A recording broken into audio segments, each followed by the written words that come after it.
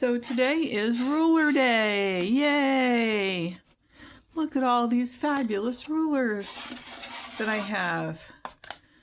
And as I think you probably can guess, I don't use them all. I did use this one recently. This is what I purchased when I realized that my $1 thrift store pattern was going to require me to get one of these to actually make the blocks come out correctly. $30 later, I had a finished product. Not sure how many more times I'll use this, but you know what? It really wasn't difficult to use at all, truthfully. And it fits nicely on a 10-inch square block to make larger size blocks. This one, you know why I bought it? Okay, right here. I watched her video, Carla Alexander's video for the spiderweb block, and I fell in love with the idea of it, and I really like how she used it. Have I done it yet? Years and years later? No, I have not. But that's going to change. I've kind of made a decision that this coming year, in 2026, I'm going to be making an honest attempt to use all of the rulers I have. And then if I've used it and I decide it's not for me, then I'll pass it on. And I've actually already passed on some to the public library. Did you know you can donate your rulers to the public library if they have a creative arts area? Ours has a sewing room section. This is a ruler I just recently got by the Quilted Bear. I bought it on Amazon, and it works nicely. It does have a little grippy to it on these purple numbers. It's accurate. It's easy because the lines are very skinny. Here's my only issue. If you're going to cut something, let's say, for example, that you want to cut it at 3.5, you need to just really be careful how you lay it down.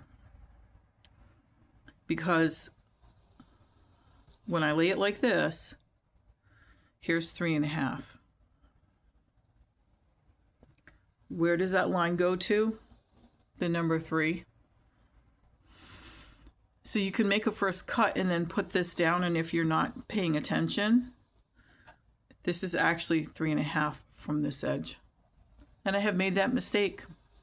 So it's a handy ruler and I like it. It just forces me to pay close attention to what I'm doing.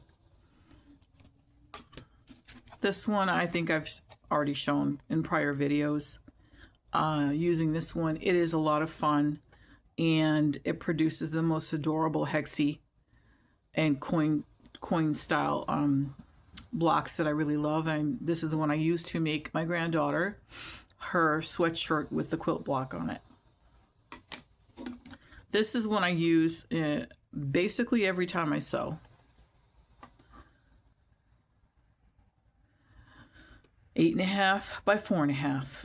I have a 4.5 by 4.5 square. I don't remember where I got that one. It could have been in, could have been something that I got as part of a package.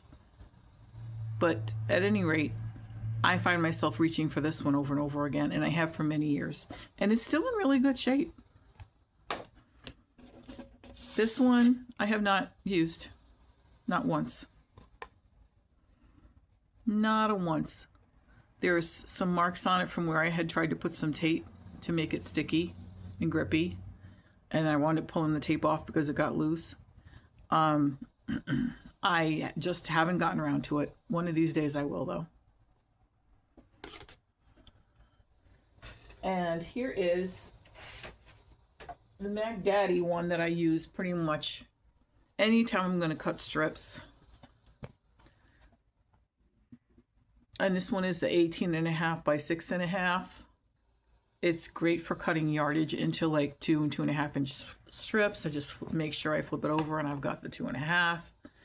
And of course, being a Creative Grids ruler, you just really can't go wrong with it. But this is one I use with almost every single project I make.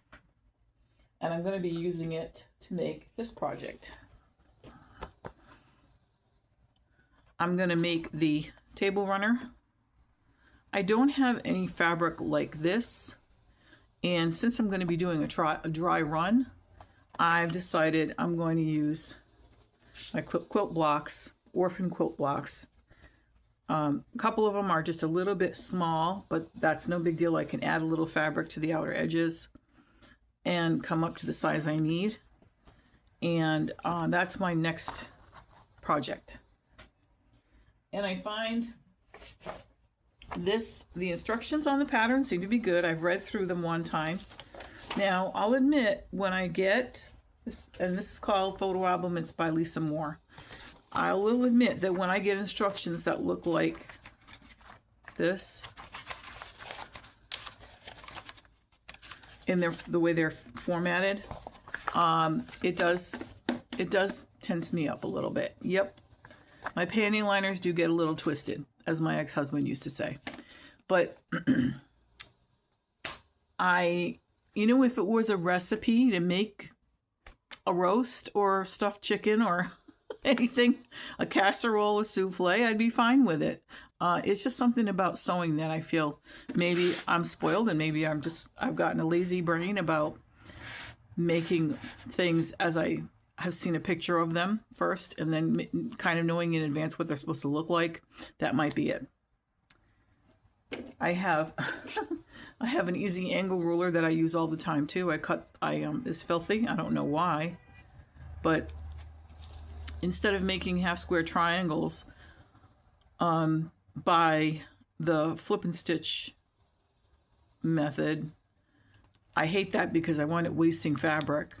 I'll just use this and then position this correctly on the fabric. This one I got in a Fat Quarter Shop box.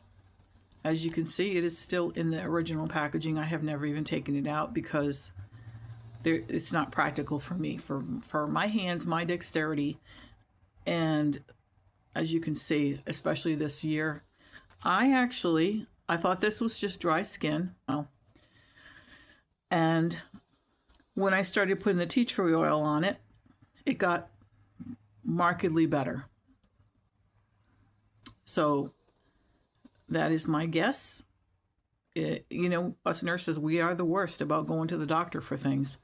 But the way I look at it is that back years and years ago, before people had walk-in clinics and doctors at their disposal, they typically used home remedies to try to solve their problems. So I tried some tea tree oil, and it's much better. It is not stinging and burning at night like it was. So I'm going to stick with that. So because of this dexterity issue with dry skin or whatever is going on, this just doesn't suit me. And also being so small, I could see myself like accidentally cutting my finger too. So I'll probably pass this on to somebody at some point. I love how the colors came out. And I think I'm going to skip putting any borders on it. I like it the way it is. It's going to be a wall hanging here in my apartment, and I'm very happy with it. It came together more quickly than I expected, and I love the outcome.